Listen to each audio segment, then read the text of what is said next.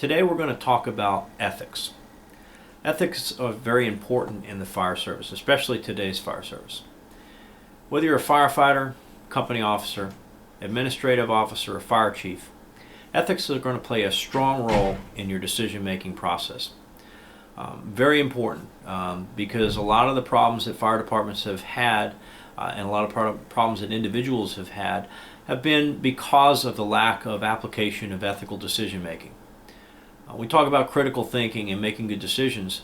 Decisions are made on a number of factors. Obviously, number one, being well informed, having all of the facts and the information. And then when you go to make that decision, having a solid base of knowing what's right and wrong and how those decisions are going to have effects down the road. We'll talk a little bit more about that when we talk about the application of ethical decision making.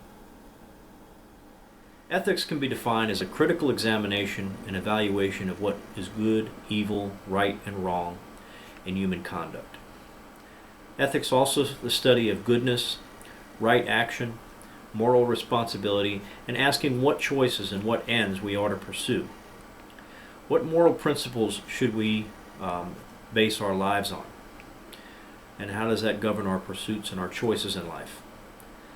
Ethics can also be a specific set of principles or values, guidelines that can be of a particular group or organization.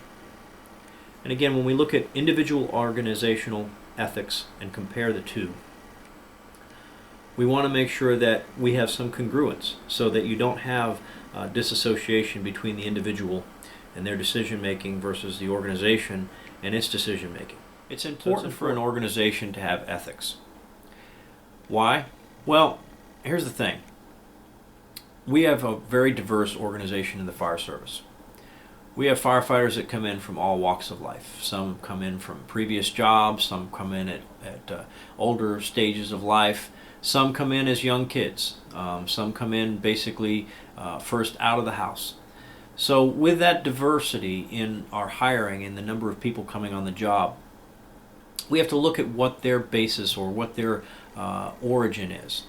And we want to make sure that when we as an organization speak, we speak ethically and in a consistent manner. And what happens is you have a wide, diverse background of individuals coming into your organization. Knowing where their ethical compass is very important. So having that set of organizational ethics helps educate them on what the organization believes in and how they apply ethics in making decisions. Why is this important?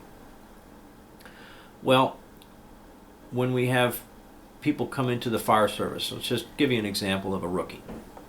Get a brand new rookie in the station. Some kids come in the station, the first day they know how to clean the dishes, they know how to wash, they know how to sweep the floors, they knew how to do all that because at home they were taught. And they had to do chores, and they had that discipline. So when you come in, you tell them, listen, I need you to clean the station. You don't have to give them a lot of direction. They know exactly what to do. Then, unfortunately, there are some rookies that come into the station, and you have to take them by the hand, and you have to show them exactly how to do everything. And that's a problem, because sometimes these kids just didn't have it growing up. They didn't have the parental guidance.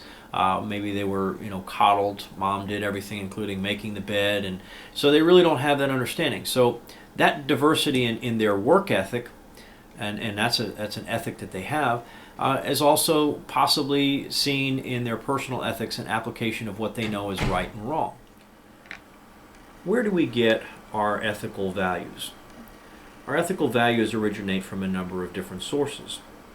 For example, divine ethics or divine law, believed to come from Christian, Judeo, or Islamic values taught in church or in temple or in the mosque. These are values you're taught through the religion. All bases come back to essentially, in terms of biblical values, the Bible, the Ten Commandments, the laws, thou shalt not.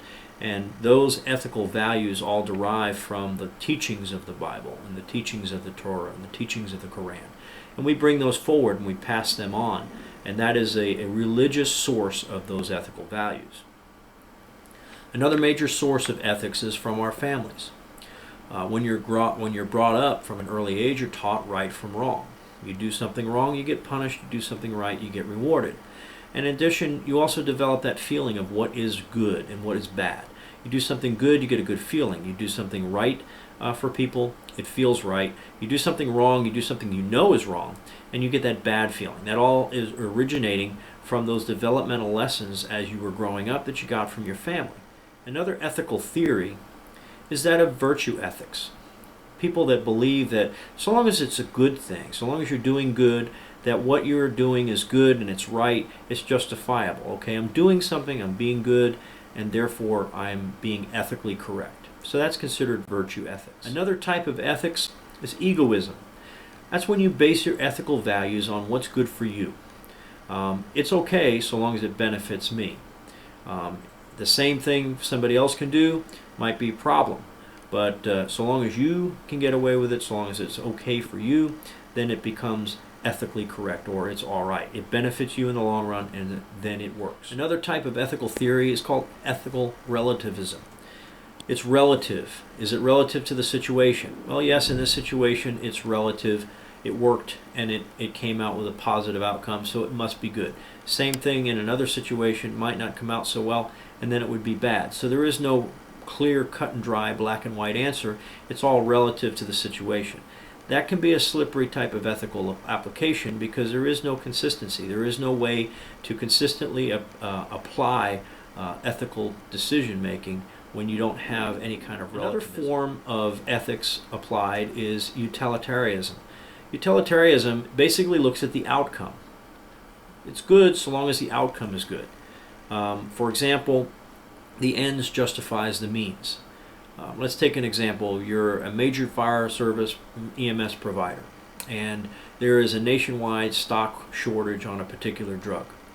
And you are, in need of those drugs. You run out. You don't have enough of it to supply all of your units. One of your units goes on a call. They have a drug that's expired. And department-wise, your policy prohibits the use of an expired drug.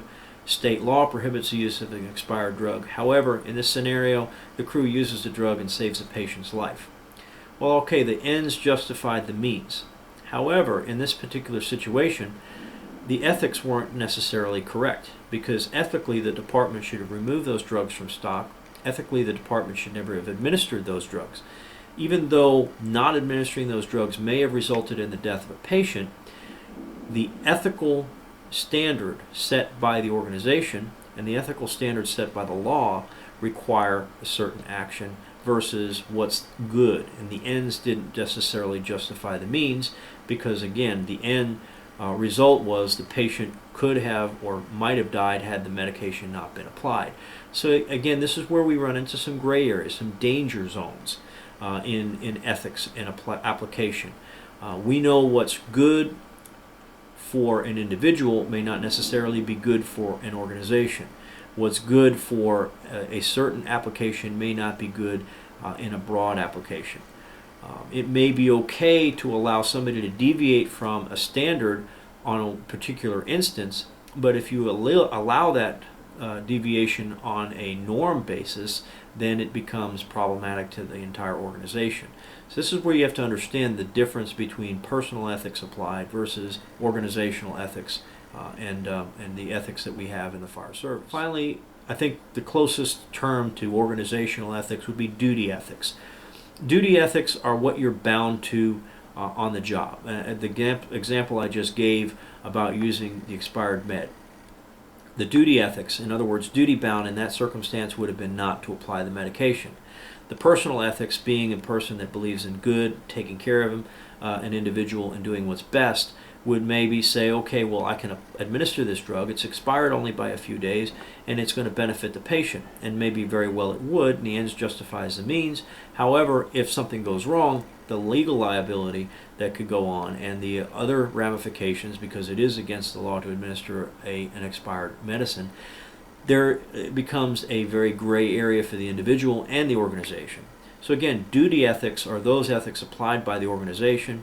The duty ethics are those ethics that you have to maintain in response to that organization. And then your personal ethics are how you feel, and they may differ in some way from your organizational ethics. And that's where you have to be careful to make the right types of decisions to use those basic ethical decision-making process to make your decisions.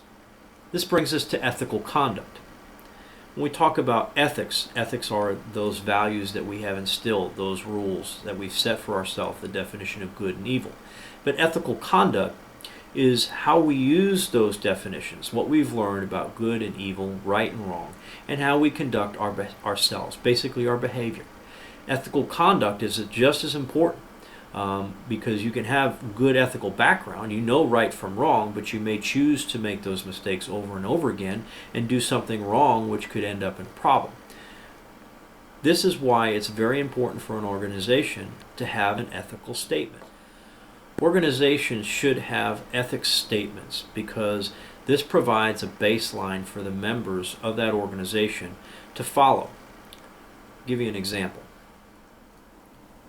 We tend to find that younger firefighters don't have a broad range of experience to draw on, so their ethical decision making can sometimes be flawed. We find that there's oftentimes more of a problem ratio with the younger firefighters because their behavior tends to be a little more unpredictable or a little more radical. So having an organizational ethics standard helps you bring everybody to a baseline. Everybody understands the rules from an organizational standpoint. This is our ethical statement. This is what we believe in.